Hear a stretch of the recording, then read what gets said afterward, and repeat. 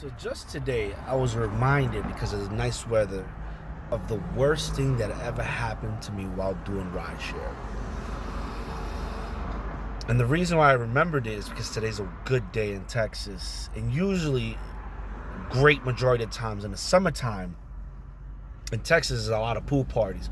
In the apartment complex and in residential homes, it just gets so hot. Everyone has a pool available, and everyone wants to just refresh themselves.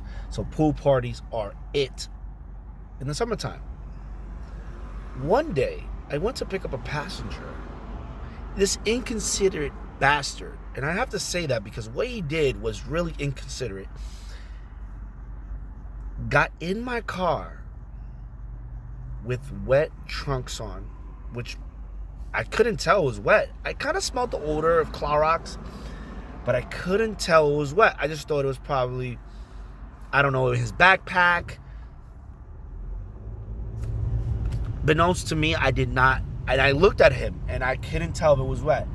But the curiosity was just so high when he got out of my car, that when I touched the back seat, I felt the drenched my back seat was, and I literally had to stop and let air dry my vehicle for 3 hours. So I couldn't work for 3 hours. And then when I tried to report it to the rideshare company, which was Uber, they told me since my seats were black, it didn't look like it was wet, so I didn't get compensated for it.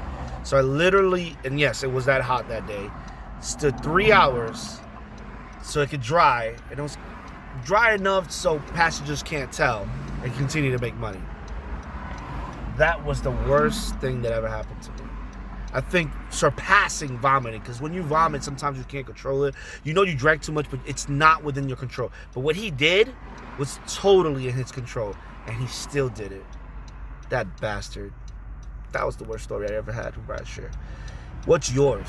Please comment below. I would love to hear what was the worst thing that ever happened to you while doing rideshare. Till my next video.